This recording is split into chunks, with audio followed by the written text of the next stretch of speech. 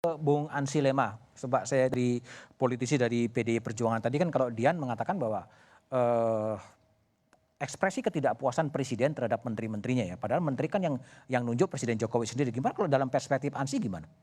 Ya ini kan harus dilihat ada pesan dan ada kesan di Ada balik pesan ini. dan ada kesan. Pesannya apa? Ya, pesan saya menurut saya sih Presiden mengatakan jelas ya ketika tanggal 18 itu bahwa serapan anggaran itu Oke. sangat minim. Oke, Kalau serapan anggaran sangat minim itu berarti program itu belum sampai ke rakyat. oke. Ya, rakyat belum terima apa-apa, belum merasakan apa-apa. Bahkan ada yang serapannya cuma 1%. Hmm. Dalam konteks itu, Presiden memang berhak marah dan harus marah Nah, harus marah. sebagai suatu bentuk evaluasi atau self correction terhadap kabinet. Dan marahnya harus disampaikan kepada publik. Ya, kemarahan itu kan secara spontan disampaikan oleh Presiden pada saat rapat bersama para menteri dan Kalau lembaga. videonya tidak dirilis, Ya. publik tidak tahu marah itu. Ya, sebentar Mas Budiman. Ya, saya ingin katakan bahwa tentu Presiden sudah memberikan arahan dan evaluasi itu dilakukan per hari, per minggu, bahkan bulan.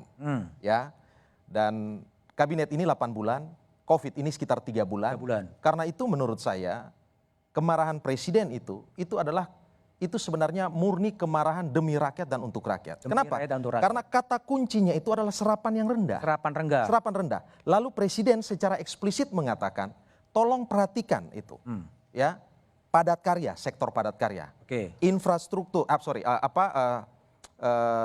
UMKM dan seterusnya. Itu sebenarnya keberpihakan beliau kepada rakyat. Oke, oke. Lalu apa yang salah kalau Presiden marah untuk kepentingan rakyat?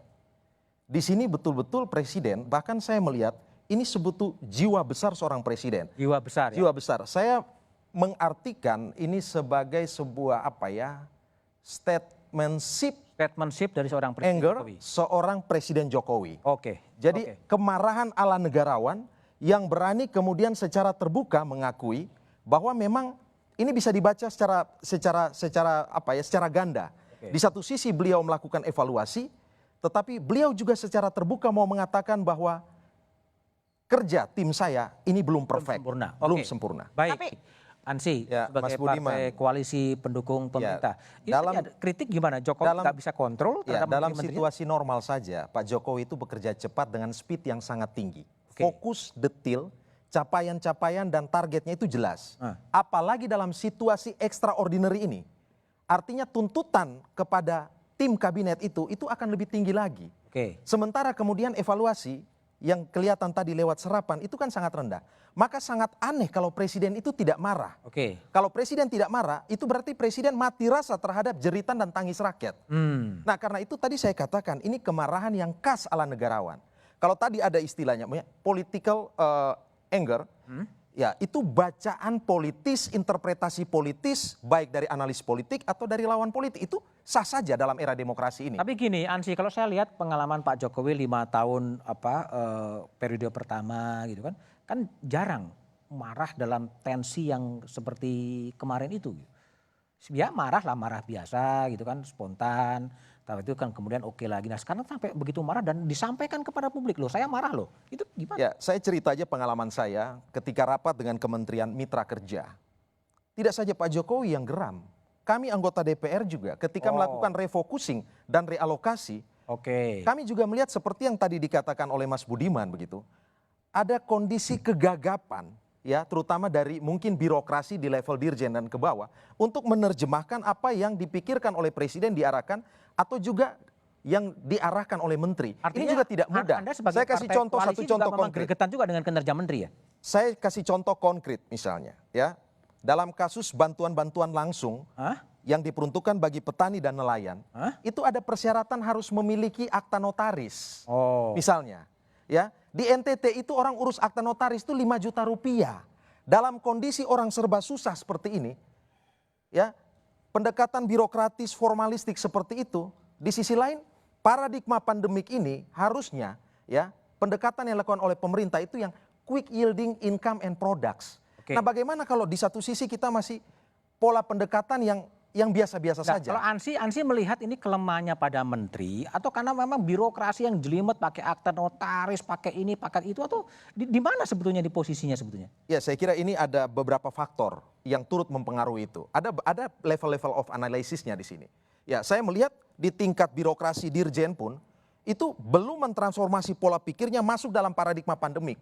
Setidaknya pengalaman kami ketika melakukan rapat dengar pendapat ataupun rapat kerja dengan sejumlah menteri begitu. Ya, Atau takut sebetulnya? Takut ditahan? ya bisa. Takut ditangkap? Ya, tetapi kan ini situasi extraordinary. Enggak yang membuat Situasi. birokrasi tidak bergerak? Ya. Ya, bisa saja seperti itu yang disampaikan, seperti tadi Mas Budiman sampaikan. Burhan. Tetapi Mas Burhan sampaikan begitu. Tetapi yang ingin saya katakan bahwa presiden itu ingin mengajak bangsa ini, ya, para pembantunya untuk mentransformasi cara kerja dan juga memberikan pesan kepada masyarakat. Ini adalah momentum untuk mentransformasi juga, mentransformasi pola pikir, perilaku dan sebagainya begitu. Oke, baik Dian. Ansi, jadi kalau kritik dari Dian, ini time to reshuffle bagi para menterinya. Apakah ini juga kesalahan dari Presiden Jokowi dalam memilih menteri sebetulnya? Ya, Presiden Jokowi memberikan kesempatan. Tentu pada saat memilih itu kan Presiden Jokowi punya parameter tersendiri, punya pertimbangan tersendiri. Nah, ini kan 3 bulan terakhir ini ada satu kasus extraordinary, pandemik, mengglobal, dunia. Begitu. Jadi reshuffle ini tidak sekedar reshuffle dalam pengertian reshuffle seperti biasa, kerja dalam situasi normal. Tetapi penyerapan anggaran, itu penyerapan anggaran terkait dengan kerja-kerja, terkait dengan kerja pandemik ini. Karena itu mungkin ini dituntut lebih. Ya, dituntut Pertanyaannya lebih. apakah ini waktunya untuk reshuffle kabinet atau enggak? Ya, saya kira kabinet ini sudah berusia 8 bulan. Dan 3 bulan terkait dengan pandemik ini mungkin waktu yang pas. Tetapi poinnya adalah bahwa tentu semuanya ini harus di atas dasar merit system, meritokrasi. Kalau memang dia bagus, ya tentu harus mendapat reward. Kalau menurut pandangan pribadi saatnya juga untuk mereshuffle sejumlah menteri? Silakan. Kalau menurut Anda? Silakan. Itu prerogatif presiden. Kalau menurut penilaian prerogatif Anda? Presiden. Prerogatif presiden. Prerogatif terserah presiden? Ya, prerogatif presiden. Tapi harus komunikasi dengan pimpinan partai politik?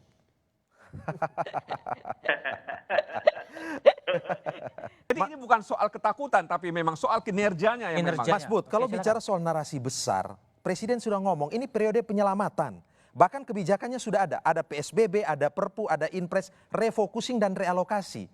Tinggal ini para menteri dan ASN di bawahnya menjalankan ini. Jadi narasi besarnya itu sudah ada. Bukan tidak ada narasi yang extraordinary gitu. Narasi besarnya itu sudah kemudian ada begitu. Rakyat juga kemudian melihat bahwa memang presidennya ya sudah punya cita-cita, tapi ternyata menterinya yang nggak nyambung dengan keinginan presiden. Kadang-kadang begitu. Bansos ada. Nah, makanya ketika tadi misalnya Mas Burhan sebutkan, Bung Ansi, jadi apa sebetulnya yang Anda bayangkan soal Presiden mempertaruhkan reputasi politik, ingin membubarkan lembaga demi dan untuk bangsa. Apa yang Anda baca kan pidato kan disiapkan ya, disiapkan oleh staf-stafnya, karena artinya kan sudah direncanakan cukup matang sebenarnya itu. Ya, jadi saya kira pesannya itu terang dan jelas. Untuk? Jangan berbelit-belit kalau untuk rakyat. Oke. Ya. Yang prioritas itu 267 juta. Oke. Dan asal tidak ada penyelewengan. Oke. Ya itu jelas. Jelas. Terus yang dibubarkan? Nah, kalau soal yang dipertaruhkan, presiden ini tidak akan bisa naik lagi untuk ketiga kalinya. Oke. Karena itu yang dia inginkan itu adalah legacy, saya setuju. Kabinetnya ini harus sukses. Sehingga kemudian turun dengan nama yang harum. Oke. Saya tadi ingin mengkritisi yang dikatakan oleh Bung Burhanuddin soal krisis itu potensial atau rentan akan melahirkan pemimpin diktator, katakan seperti itu. Yang terjadi di Presiden Jokowi berbeda. Berbeda ya? Beliau justru meruntuhkan tradisi idealisasi istana. Apa itu? Selama ini yang lahir dari istana itu yang perfect, yang tanpa celah, yang bagus-bagus, yang kabinet ini kerjanya tanpa kritik, semuanya oke. Hari ini Presiden membuka itu semua, mengatakan bahwa ya kabinet saya ada persoalan. Ada persoalan? Ya, ada persoalan, daya serapnya kurang. Karena itu kemarahan ini intrinsik atau inherent itu dengan 2 unsur. Satu, ada unsur di situ ada apologi. Beliau mengakui ada yang kurang, tetapi juga mungkin memberi pesan kepada masyarakat bahwa mohon maaf, Ada yang kurang. Tetapi kasih kami kesempatan untuk berbenah. Berbenah termasuk membubarkan. Berbenah dalam pengertian ini berbenah evaluasi kinerja kabinet untuk kemudian mentransformasi sehingga kemudian bisa menjawab apa yang menjadi harapan publik dan apa yang harus dilakukan di masa krisis ini begitu. Baik, Bung Ansi, jadi gimana setelah api halilintar membuat banyak orang kaget, kira-kira apa yang mau dikerjakan oleh Presiden? Ya, Presiden menegur, memarahi, maksudnya kabinet ini berubah. Berubah. Ya, berubah menuju baik. Oke. Jadi kualitas kinerjanya itu mengalami perbaikan. Oh. Jadi kita lihat kalau kualitasnya tidak mengalami perbaikan, ya silakan reshuffle.